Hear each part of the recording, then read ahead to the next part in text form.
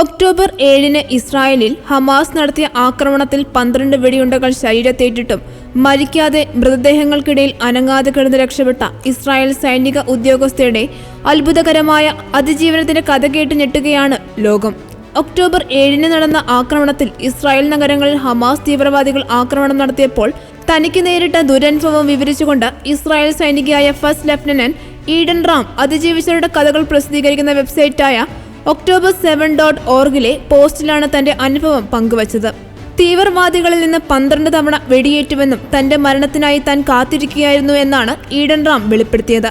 October 7-ന് ഇസ്രായേലിൽ ഹമാസിന്റെ അപ്രതീക്ഷിത ആക്രമണത്തിൽ 5000 മിസൈലുകൾ വർഷിച്ചപ്പോൾ 1200ഓളം പേർ കൊല്ലപ്പെട്ടിരുന്നു.